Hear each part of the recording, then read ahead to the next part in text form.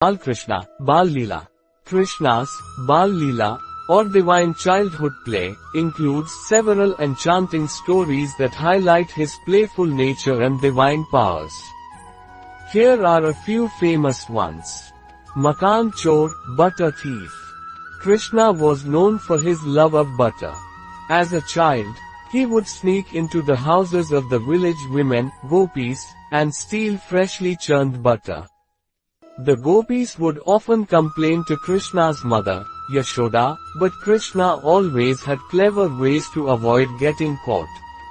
One day, Yashoda caught him in the act and scolded him, but his innocent charm and mischievous smile would always melt her heart. Kaliya Madan, subduing the serpent Kaliya. In this story, the river Yamuna was being poisoned by a giant, multi-headed serpent named Kaliya. The villagers were terrified and could not use the water.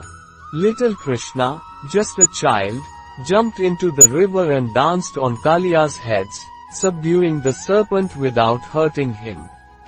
Krishna ordered Kaliya to leave the river and never return. The river became pure again, and everyone praised Krishna for his bravery. Govardhan Leela, lifting the Govardhan hill. One day, the people of Krishna's village, Vrindavan, were preparing to worship the rain god, Indra, to ensure good rains for their crops. Krishna, however, suggested that they should instead worship the Govardhan hill, which provided them with food, water, and shelter. Indra, angry at being ignored, sent a massive storm to destroy the village. To protect the villagers and their cattle, Krishna lifted the entire Govardhan hill with his little finger, holding it up like an umbrella for 7 days and nights until Indra realized Krishna's divine power and stopped the storm. Damodar Leela, Krishna tied to a mortar. Once, after Krishna had stolen butter, his mother Yashoda decided to punish him. She tried to tie him to a large wooden mortar to keep him in one place. But no matter how much rope she used, it was always too short. Finally, when Krishna allowed it, she was able to tie him up.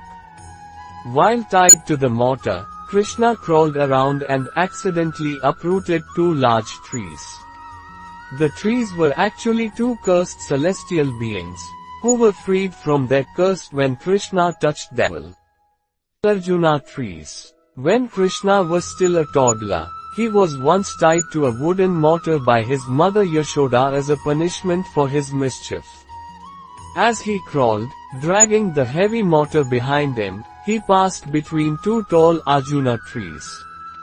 The mortar got stuck, and with a simple pull, Krishna uprooted the trees, revealing 2 celestial beings who had been cursed to live as trees.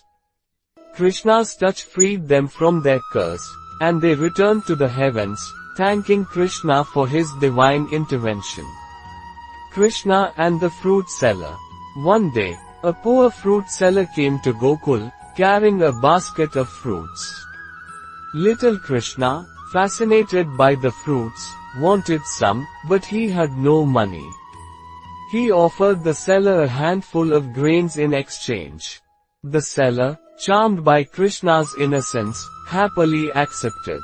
As soon as she did, her basket was miraculously filled with jewels and precious stones, a divine reward for her kindness to Krishna. The vanquishing of Putana. Kansa, Krishna's evil uncle, sent a demoness named Putana to kill Krishna. Disguised as a beautiful woman, Putana entered Gokul and offered to nurse baby Krishna. But her milk was poisoned. Krishna, knowing her evil intent, sucked the life out of her while she nursed him, killing her instantly. When Putana died, her true demonic form was revealed, and everyone realized that Krishna had saved them from great danger. Vatsasura and Bakasura. Krishna's childhood was filled with encounters with various demons sent by Kansa. One such demon, Vatsasura, disguised himself as a calf to mix with the herd that Krishna and his friends were grazing. Krishna, recognizing the demon, lifted him up and threw him into a tree, killing him instantly. Another demon, Bakasura, took the form of a gigantic crane.